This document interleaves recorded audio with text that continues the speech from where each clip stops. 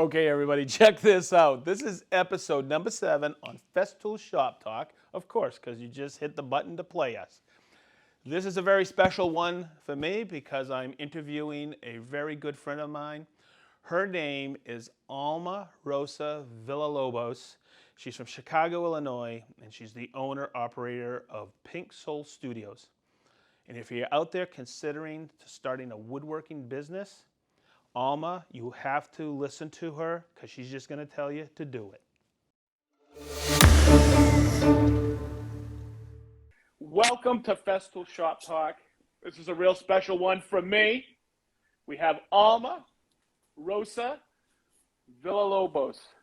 That's me. Did I say the last name right? You did, yeah, very good.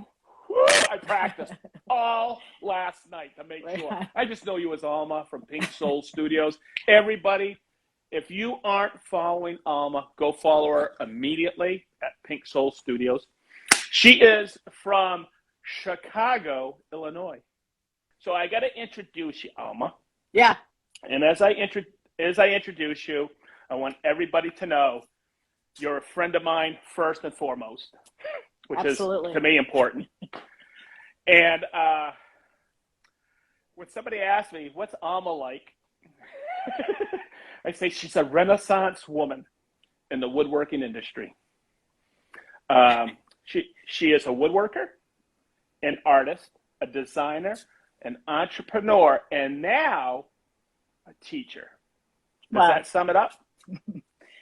Pretty much, yeah. I mean, I've done one teaching gig, but I did enjoy it.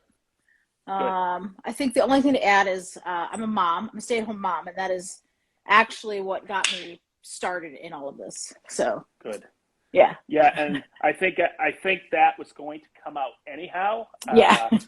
Because it's really important. And the reason I wanted to get you on here, Alma, is I wanted people to understand how important it is to create a business for stay-at-home individuals and how possible it is and how you have done it. And I think what I see online, a very small space. Yeah. Okay. So enough about that. Here's the big question that I always ask about everybody. And this is weird because when somebody asks me this question, I go, I don't know. So here we go. Tell me a little bit about yourself. How did you get started? What was your background? And let's go from there. So I started years ago before all of the Instagram and social medias and stuff like that. In my 20s, I've always been a maker. So in my 20s, I kind of circulated. I lived in Detroit at the time, and that's where I grew up. And so I circulated the art scene there and learned how to make things, from that standpoint as an artist, as wanting to create installation pieces and things like that. And so that carried on throughout my life. I'd buy a house and wanted certain things that I couldn't afford. And so I was like, I'll make it, and I think when I really got serious is when my son was born. We had bought a house here in Chicago, and I knew that I was going to be staying home with him. And so I just wanted to create and build things for him. I always thought it was really cool when, parents that were into making things, they would make their toys or their first bed and things like that. So that's pretty much how I got started and got serious with it. It was once my son was born, I knew that there was going to be a time that I'd have to myself, and I would need that, Sure. So I kind of dived into woodworking, and I got onto Instagram. It was relatively not new, but people were just starting to use it as from a maker woodworking standpoint. And I met a bunch of people on there, and made a bunch of friends, and and just this community is great. And that's pretty much how it started and how it got to where it is now. It's just, when I first met you, I think you came to a Festool class. Is that right? I did, yeah. Okay. Now, somebody will ask, I always got to go for personal experience, because somebody will say, hey, Sedge, is everybody your friend? And when I think of you, Alma, you're everybody's friend. I try to be. You know, so well, no, it's cool. It's like when I first met you, I was just like, this lady's going to be a friend of mine the rest of my life. And we've known each other for quite a few years. Yeah, that was a good time. Oh, yeah. That was a great cool. class. It was fun getting to know you. And that little letter you sent to us afterwards, we still have it hanging up somewhere around Festool. It meant so much to us. So much. And I tell you that every time I see you, don't I? You do. So this is kind of everybody out there listening and watching, this is kind of a weird episode because Alma and I are just shooting the general BS because we're friends. So right. I think it's great. Oh, by the way, Jason said to say hi. I just got off the phone with him. Love that guy. Yeah, me too. He's another kindred. He's another kindred spirit. He really is. Like you are. Yeah. Yeah. Okay, so a little bit more about your background. Did you go to school for design, art? Do you have any, or did it just come naturally to you? I went to very little art school. Like, I did it for a very small amount of time. A month? School, it was a semester. School wasn't always, wasn't in my cards. I like doing things with my hands, and I think I was taught at a very young age that, just do it, right? Like, if you want to do it, try it. So I was fortunate enough to have, grandparents and parents that always supported that with me. But yeah, I think for me, it becomes, it's just something that I want to do, I wasn't officially trained by anyone. YouTube, I guess, and you. that was going to be my official training. YouTube. Don't tell anybody that. Oh, too cool. Yeah, it's amazing. It's amazing what you pick up on YouTube, isn't it? It's amazing what you pick up on Instagram. Yeah. And some of the designs out there, and I always ask people, where did you come up with this? Yeah.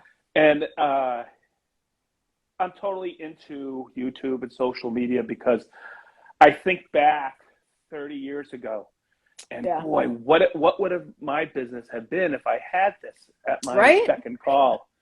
It's crazy. So, okay, so I know you sell your stuff on Etsy. Where else? Anywhere else? Or do you have custom do people call in and say, hey, I need something? Yeah, I get, I have a website as well, pinksoulstudios.com. So there I sell a lot of things too. I only really do projects and items that I want to do and that I like. So that's great. And I'm really fortunate to be able to do that. And I think, I feel like it comes through on my builds and on what I sell, right? But yeah, the majority of my business as well has come through Instagram and through online. So yeah, I'm not very, I don't have a lot of business locally. I ship a lot, and I get a lot of people that DM me and want to know if I can do something on the CNC, a template or whatever, or if I know someone. So yeah. I know you do all that CNC work, and I'm just so impressed with it. I know you have a lot of custom push sticks and custom squares, and I would imagine, is that a constant flow of orders for you? It goes up and down. It really depends. I think when you introduce a new product to, we all have a captured audience, right? I think when you introduce a new product to that, you have a spike, and then it kind of dips and levels out. So I have a lot of those. If I try to introduce it again after a few months, I'll get a little bit more of a spike. But I've done well over 100 push sticks, maybe even more. I lost track. And they're custom. And they're all custom. Engrave them. Oh, right. Yeah. So I put logos on. I'll put logo on whatever I can. If you want your logo on it, I'll try to do it. So. How about the top of my head? I'm there. I could sit still for a while. Put a big T-lock. There you go. So I saw also on your website you sell your plans, and I was really impressed when you did that record holder, that album Yeah. holder. Yeah. That's so cool. And I was like, Thanks. well, no, it's cool because I didn't know you had vinyl, and I have a ton of vinyl because Do I'm an you? old dude. Yeah, and I often think about, because here in Indy, I know somebody who has a record store and he wants to buy some of my collection. And I just can't part with it. Right. So when I saw that, I got inspired, and I may be Yeah. building one next year. Do it. So thank you. Yeah. Oh yeah, it's. I'm a person where I think you know that, and you just said it, Alma. Necessity. I'll build it instead of going buying it. Right. Yeah, that You one was know. a collab with a client friend of mine. So Cool. her husband is a huge vinyl collector, and so it was very specific. Like they had specific sizes, and Yeah. he has a really large collection. I think they've already outgrown that cabinet. Wow. And that was a pretty big cabinet. So I got lucky with that. I had so many requests that I almost had to make it digital. There was just nothing really, there wasn't too much out there with that sort of style.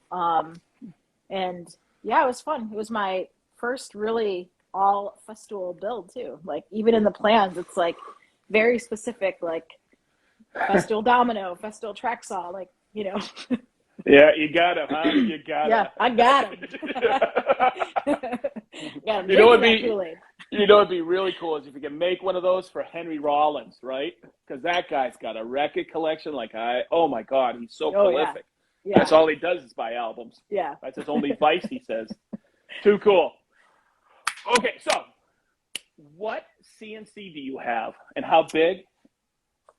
I have an Avid CNC 60x60 Pro, so it's 5x5, which is now pretty good size. It really tough? I know you're really adept with all the electronics and everything. Mm-hmm. How difficult was it for you to understand all of it? Pretty easy to operate? Yeah, What was the learning curve? I think the learning curve, it depends on the machine. This is my fourth machine. So, you know. Wow. Right? So I started with an X-Carve, and I didn't have that for very long. I outgrew it right away. So I think the actual programming for each machine is a little bit different. I also have the Shaper Origin. So I just got one. Oh, did you? Voodoo, woodworking voodoo, as you say all the time, right? yeah. I have a couple expletives in there. Yeah, exactly. I saw the prototypes. Yeah, I think that's what it is. Like, I think it's that as because the design is always the same. You know, you're always going to import the same. So that design part doesn't change, but what the machine runs on. And spitting out that G code and figuring that out. That's really the learning curve. Everything else for me is like, I just learn as I go. Like I'm constantly, if you watch my stories, I'm constantly breaking these bits. They're not cheap. They're like $40, but I know. I could, I guess, be super careful and really dive into trying to figure every single one out. But I mean, just do it. And you know, eventually you'll get it. Like, right? Just do it. And I mean, I don't break as many anymore. Like, but that's been a common theme recently amongst us friends. Is you're going to make mistakes. Just go through the mistakes, and that's how you hone your craft. I think is working through the mistakes. But learning and not doing it 2 or 3 times. It's right? I mean, and I think it's like it's that problem solving that we all love too, right? Like, you know, there are at least 3 different ways that you can cut a board, but what's going to be, you know, what's going to be the most efficient? And then for me, a lot of the time is what's going to bring me the most joy out of working with that. You know, do I always just want to use the table saw? No, like sometimes it's really exciting to use this track saw. You know, like there's all different ways, and I think it just depends. So Yeah, like I always tell people, there's 100 ways to skin a cat in woodworking. What's your preferred way of doing something? Yeah. What And what do you like doing? what do you have at your access? Yep. How can you make it happen? What's the easiest path of least resistance? And that's how I look at it. But the one thing I will coach you, and I'm going to ask you this question because I already know the answer, Alma. Okay. And I mentioned I will be flipping around on a bunch of different questions. How long ago did you start doing this? You said you were doing it way before social media. How long do you think you've been doing this? I would say at least 20 years. Yeah. Okay, here's the question I'm going to ask you. Yeah. I already know. Are you still passionate the day you started? Oh yeah. I think it I know. Yeah. You could tell. You could Yeah. tell when you talk to somebody, and I go overboard sometimes, and I'm sorry, I'm a little corny, but there's something about using that track saw. I mean, I cut with my first track saw in 2004, and I still get giddy. I've been working for about 40 years in the woodworking industry. I still get giddy when I see that. I am so, to this day, I'm still passionate about woodworking. And the nice thing is I work for Festool. So it's not about me, but I just wanted to make sure that everybody understands if you are passionate about something, follow it. Right. And what you just said earlier, just do it. Yeah, just do it. Just do it. I think somebody has a company has that logo. I should try to coin that, shouldn't I? I think I should get probably make a lot of money. Too cool. Okay, so I'm on your way. Oh, wait a minute. How often does that CNC work every day? No, not right now. No. We are currently homeschooling our kid, and that's me. So I am a teacher, just not woodworking. No, that's cool though. Yeah, it's fun. The flexibility. Yep. That's what's so great about all of this, right? And again, I do feel very fortunate that we can, not only can I put this business on hold, and we can also homeschool our kid, Oh. So weekends is when it runs the most, and I just try to keep it running with whatever, I get makers that contact me about templates that they need. For their projects. I'll get people, I've gotten makers that they've done their cutting boards, but they want engraving on it, and they don't have the room for their own CNC, or it's just not in their budget. Wow. So I'll do it here, or I mean, a lot of the stuff too. Yeah, I do for a lot of other makers. I love collaborating with other makers. I think that's what's, really the most fun about having a shop with all the fun, cool toys, is being able to bring in my friends and other makers, right? It's the woodworking community is one heck of a community. It's a very giving community. Yeah. And boy, when I got involved with social media, I was so stoked to see how popular the woodworking community is coming together with all the makers. And it's a great collaboration. Yeah. And it was fun watching you get onto social media. Like when we first met, you were at like 3,000 followers or something, and I remember us both sitting in the training room, and you're like, I'm just having fun. I'm just having fun, and like, look at this, and we were both like, yeah, it's really cool. Like how people they want to see us have fun. But that I would be doing it anyhow. Exactly. I'm teaching people about Festool and Festool Sedge and having a heck of a time. What else am I gonna do? Right. It takes a lot of effort. I'm a Mr. One Take, right? Right. So, you know what I like about it and about the community is people messaging you and asking you questions, and I love that. I love replying to people. Yeah. I tell people all the time, hey, just message me. Well, you're really busy. I go, so what? That's what I do for a living, So I was just really blessed that we can do Festool Shop Talk now and also Festool Live. So that's what got me through the pandemic. Right. Okay, so here's one. What the heck is wood butter goodness? Exactly what it says. You guys make that?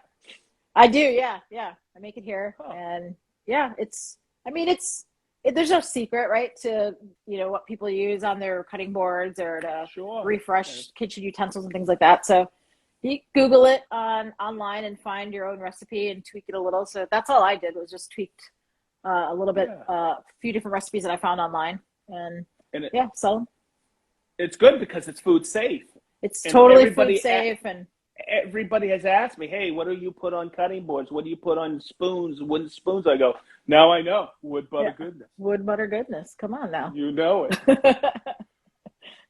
Okay, so you reached out to me a few weeks ago, or maybe a month ago, Alma. I'm sorry, I'm just lost in time these days. I know, right? And time is crazy. Can you believe it's November? It's November, right? You were going to say August. I can't believe how quick this year is. Every holiday that goes by, I'm like, right after the holiday, I'm like, what should we do for Halloween? I'm like, oh wait, that was 2 weeks ago. Wait, Halloween pad. We're on to Thanksgiving now, so let me try to get on that. I just looked at my schedule. I don't think I have a break until Thanksgiving, and boy, am I going to eat a lot of turkey. I think we're going to the Bents for Thanksgiving. Of course, I'm excited about that. Come on now. I'll wait for my invitation there, Jason. Okay, you're going to work. Hey, you're going to work BenchCon, right? Yeah, I'll be there. All right, I'm going as well this year, so that'll be wicked. Or dangerous. Right. I know, right? You know it. Okay. Hey, are you teaching down at Work BenchCon? I'm going to sit on a panel. We're cool. doing there's a few of us that'll be on a panel. I'm pretty sure it's me, Katie from Freeman Furnishings, Shar, Wooden Maven, Wobie Design, Ben from Wobie Design, and then I think Charlotte at Charlotte's house is gonna monitor it. But it's cool. It's basically it's gonna be a panel about building a bigger table, I think is what we're calling it, or it's gonna be about diversity in the makerspace, right? Like how do we bring attention to makers of all kinds, and how do we diversify everybody's feed and diversify branding and things like that. So cool. That's my first time down there, and I'm really excited for it. Okay, so you reached out to me a while ago, and you asked me about a couple tips and tricks on teaching. Yeah. How did it go for you? You gave me great tips. Tell me about it. You gave me great tips, by the way. Great tips. Oh. Wow, somebody actually listened. I know. I did. The one that I thought that I'm going to share that you gave, and I didn't even think about it, but I remember once you told me, I remembered that it is what you did in the class that you taught. That very first class that I took with you was check in with everybody in the room and find out where they're comfortable with. So ask them, have everybody tell you what tools they've used and what their comfort level is, basically. And then from there, you teach the one with the least amount of experience. I'm giving away your tricks here. You like this? It's okay. It's, by the way, that's teaching 101. Exactly. And I didn't know I was doing that. And a teacher with a PhD came up to me and said, "Did you go to school for this?" I went, "No, this is what I do." Yeah. So go ahead. I'm sorry. Yeah. And so I basically concentrated on the few people that had the least amount of experience. And it was great to see that everybody that had a little bit more experience would start to, fall into helping as well and putting in, a little bit more time with the people that didn't. So it worked out great. It was a lot of fun. So I want to do it again, definitely. Cool. So you know how everybody does their introductions? The last 3 years I was teaching, just to break the ice, we'd go through and do all of that. I'm going to give away another tip. Everybody pay attention to this. Pay attention to it. So everybody's nervous in that room. And I go, okay, tell us your name, who are you from, blah, blah, blah, blah, blah. Everybody can do that, right? Then the last thing I would say is, okay, now the most important question is I want you to remember this. Or, okay, and tell me, what was your favorite concert? Everybody would do this. They would look up, right? But guess what? That broke the ice, and it really gave a common thread amongst everybody in that room. And that's another tip I use. I just like doing it because I like to hear what people's music preferences are. Right. And then I tell them mine, and I go, Ooh, I went to want to be at that show with you, Sedge. Okay. Okay, so let's talk. I'm looking at my questions here. You've answered quite a few, but here's one for you. All right. Who is your, it's a two-part question. I love a two-part question. Sometimes as I'm talking, I'm like, I do have an accent. You know, every once in a while I'll go back and listen to something and I'll go, who? Oh, I guess I do talk like that. Okay. So who is your biggest influence in your life? Is it two-part? No, it's a two-part. It's a two-part question. Two-pack. It's a two-pack. Okay. So who is your...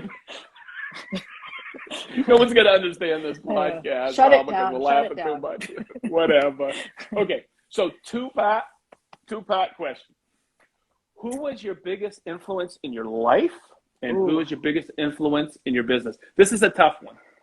It is a tough one. I know. I think for me, for my life, it's always been first and foremost my family. And my mom, probably my biggest one. She passed away last December, so this might be a little bit hard, but she was just always there for me. Like when we talked about you know, just doing it, she was always the one that was like, you can do it. You know, like if she needed something, or I was like, man, this bed is $2,000, and you know, I don't have $2,000 for this nice bed or whatever. I'm gonna build it. And, you know, and she'd say, you can do it, right? Like you can do it. And I'm like, oh yeah, I can do it. It can't be that hard. I can do it. And so her joke was always, you know, that it was that her joke was always it can't be too hard. That's what I would always say. So I think for me, it's definitely my mom, just being that cheerleader and always being there, and my dad too, always making sure that I had what I needed to do those things, versus just, you know, we'll just buy it for you. You know what I mean? It was, okay, well, what do you need to create that? Right. Like, even at a very young age. So I think for life, that I would say that my family, you know, I'm very fortunate to have a very supportive family. And for business, I think, you know, for me, it's a lot of different people in the community. Like, I don't know that it's any one person that's really inspiring me. I think it's really inspiring to be on Instagram and kind of pick from different makers to see, you know, what I can learn from, you know. So maybe that, I'm not answering for you, but maybe that would be your biggest influence in business, is the Instagram community. Yeah. I think it's so easy and nice to be able to reach out to people and ask questions, and, you know. So, you know how much I love you, Alma, and you know that first question? That's my parents were my biggest influence in my life. Yeah. And I'm going to feed you one more. I met a person about 14 years ago in Columbus, Ohio. I won't name any names, but he was in class the week before, and he came up to me and he goes, remember that question I asked you? Who are the 25 most influential people in your life, excluding your direct family, no uncles, no aunts, no nephews? It could be a good person or a bad person, and who influenced you. You know what he did? At that show, he handed me his book that he wrote. And that has inspired me my entire last 14 years, because you don't know. It could be a bad person, and you don't want to be that bad person, but that person has influenced you. Yeah. That is why I personally like Instagram, and I like YouTube, because you get influenced by people that, you know what? Oh, I'm not going to do it that way, but I'm learning from that person. Yep. So I just want to throw that at you, and maybe put another seed in your brain about who influences you, because it's so important. Yeah. You know, I've good, always bad, felt or that way. indifferent. Yeah, I've always felt that way. Like, no matter who you meet, every single person that you meet, you're going to learn something from them, right? And it could be bad, but you could have a really crappy relationship, but you've learned something from that, and hopefully you've gone further, right? And gone the other way. But every single person that you meet, you're going to learn something, you know? and I all the time, Alma, I'm constantly reminding myself to do this and listen, right? Yeah. Right. It's so important to listen. People just want to be listened to, and that's all. But I got to be very careful because I talk a lot. No, you. Wow. Okay, so here's another one. What advice would you give someone who is maybe a stay-at-home mom, parent, and is looking to make a shift into something like this? Maybe it's woodworking. Maybe it's a textile art. Maybe it's an art with some paper. And how do you get started? What's some advice you can give them? Like, what were some of your struggles getting going with this? I mean, I actually get this question quite often from people that will DM me and say, how do I want to do woodworking, or, I saw whatever, I want to do this. How do I get started? And this is going to shock you, but I tell them, just do it. Like, get started, right? Like, just do it. Just get, like, it doesn't have to cost you. I didn't start with Festool, right? I didn't start at the top with the premium. I think, there are plenty of videos out there and content creators that'll show you how to do things, for next to nothing, right? So I think the first thing to do is to figure out exactly what it is that you want to do. So if it's woodworking, or if it's building, if it's textile or whatever it is, figure it out and then do that research on what you need to get started, and just start. Take that first step. That's always the hardest with, even for me still, starting a project, taking that first step on, creating a new product, or, working on really anything. That's the hardest, is taking that first step and going. After that, I would say, find that community, build those relationships that, you're going to need real quick to learn, I feel like that's what's gotten me to where I am now in my business and my life, with, tool purchases, things like that, is creating that community and building relationships. I wouldn't be where I am if I didn't create those relationships, So for me, those are the two big things. Like, take that first step and do it, and start building those relationships. That's really sound advice, Alma. It really is. So did you, I love your logo. Did you design your own logo? I did. Yeah. I always had it in my head, and then had a couple people help me tweak it to get it digitally where it should be for, for marketing. So did you do your own web design? I did. I use Squarespace, so it's super easy. I know. Not an ad. Not an ad. I know. Not sponsored, but it was really easy on Squarespace. Oh my God. And how difficult is it to set up an Etsy account? Is it difficult? No, it's so easy. It's what is really cool about Etsy is how easy, and I think that it's for the artist. So it's not like, you don't have to hit the ground running with, an LLC and a business bank account. You can be, a grandma knitting things and want to sell like a couple of things on the side, and it's super easy to get started, It's really easy.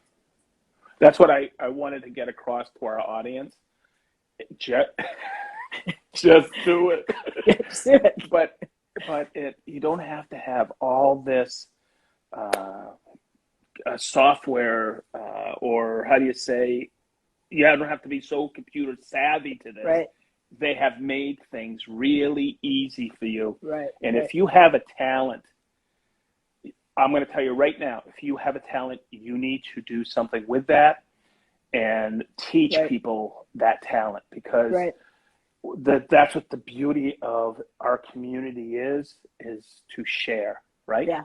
Yeah. And help other people. Yeah. Cool. Okay.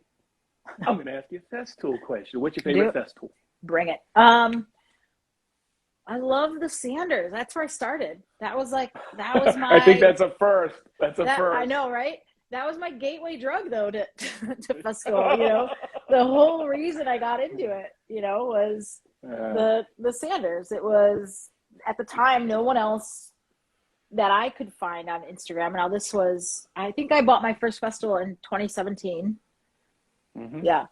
And at the time, there was not a big presence in the maker community. Festool did not have a big presence in the maker community at that time. They were very profesh, right? Like that was the marketing for them, which made sense. And somebody posted something, and I saw that it was 99.9% or whatever dust free, right? And I was like, I'm going to look into this. And the price was shocking. Of but course. I did my research and it made sense. I'm a stay-at-home mom. My kid is in the room either with me or next to me.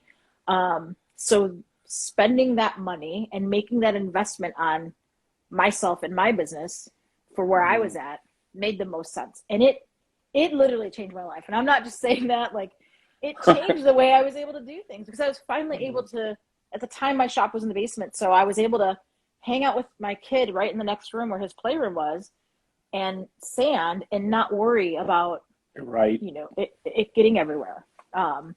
So. And do I see a Capex in the background? That is a Capex, yeah. And I see you using the track saw a lot. I do. I love the track saw. I think most underrated, would it be considered a tool? I'm not sure, or an accessory, is the MFT, what you're leaning on now. We consider it a tool. Most people think it's an accessory because it's basically a workbench, but a crosscut station as well, and a routing station. Underrated. So underrated. I totally agree. Yeah. I think the MFT is a game changer. But what's your take? Give me some more take on it. I mean, agreed. Like it's totally underrated. I have my MFT/3 here. I have a couple other ones in my basement, small ones, but I use them too as workbenches. And I just think setup is so quick. You know, when you want to get things square and get going, it's done. There's no messing around. And the fact that, again, it's that system, right? Like it just all works, and it's nice to have all of that. Too cool. So you have, what size dust extractor do you have? The small, big, medium? I have, in my 2-car garage, I have a 36, a 26, and then I have, in my basement, I have the midi. Wow! I'm a bit spoiled. Wow. Do you have a domino? I do, the 500, yeah. Wow. Oh, but we call you here at Festool preferred customer. Oh, this is so cool. I didn't know you had that much Festool, Alma. I do. I have I have this whole cart with, I have all kinds of sanders. I think I have all the sanders. It feels like I have all the sanders. I do too. Somebody once asked me, how much Festool do you have, Sedge? I go, I have a whole warehouse if I don't have enough. Exactly. Oh, God, I don't think every day I come in here how much I love working for this company. It shows. Oh, it's passion, it's enthusiasm. You got it too, Alma. Yeah. All right. So how has I know you're homeschooling. It's Fox, right? That's your son's name? Yep, Fox. Yep. Fox. What a cool name. And I see him out in your shop a lot. Make sure that keeps happening, because I'm trying. My kids, grandkids were out there with me. Did you see a downturn in your business when the pandemic hit? And how have you gotten through this? I mean, I know you work from home. It's pretty cool. Yeah. But I know you're homeschooling now. Yeah. So last year I did really great. My son was still doing remote school, so it was a little bit easier. And I was able to, I pretty much stayed the same. There was a little bit of a ramp up where I think I was super successful last year and going a little bit into this year, was with the influencer part of Pink Soul Studios. So I actually got quite a few deals that way. Okay.